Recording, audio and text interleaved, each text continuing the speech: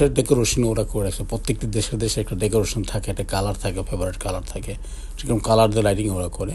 রাত্রেবেলা দেখলে খুবই ভালো লাগে আর কি, আমার কাছে ভীষণ ভালো লাগে। শুধু একবারই আসছিলাম রাত্রেবেলা, কারণ সময় পড়া মানে সময় করতে পারি না আর কি যে রাত্রেবেলা থাকবো এখানে। অ্যাকচুয়ালি পিচি আছে, পিছিয়ে না এত রাত্রে থাকা যায় না আর কি, সেজন্য আসা হয় না। একবার আসলাম, মনে আছে অনেক আগে, আজ থেকে বোধহয়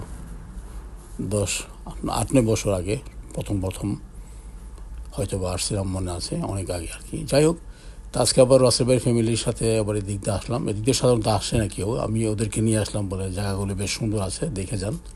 আসছেনি যখন ইটালির থেকে, আমি আপনাদেরকে আশপাশটা ঘুরিয়ে দেখাই কোথায় কী আছে। তারাও খুব ভালো, খুব আনন্দ পাইছে আর কি।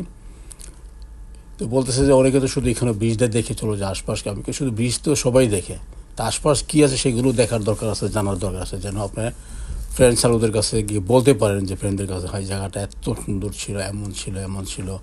তো অনেকে এখানে আসে না, শুধু ব্রিজে ওঠে, ব্রিজ থেকে ছবি তুলে বা লন্ডন আইয়ের সামনে, বিগ ব্যানের সামনে যায়, ওখানে কিছু ছবি তুলে বাস শেষ, ঘোরাফেরা শেষ। আসলে চতুর্পাশে যে আরও কত কিছু আছে সেগুলো কেউ জানে না। বিভিন্ন দেশের বিভিন্ন খাবার আছে এখানে, আপনি কল্পনা করতে পারবেন না যে কী পরিমাণ খাবার এখানে আছে বিভিন্ন দেশের। আর অনেক কিছু আছে, খেলাধুলা, ব্যায়ামাগার, মানে অনেক কিছু আছে এখানে সময় কাটানোর মতো আর কি।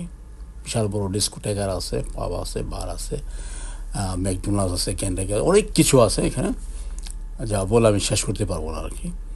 জায়গাটা খুব ভালো ছিল, ওরা বিশ্রাম করতে ছিল, সেই সুযোগে আমি আপনাদেরকে দেখিয়ে দিলাম আর কি। তা আপনারা সবাই ভালো থাকবেন, সুস্থ থাকবেন। আল্লাহ হাফেজ, আসসালামু আলাইকুম ওয়া রাহমাতুল্লাহি।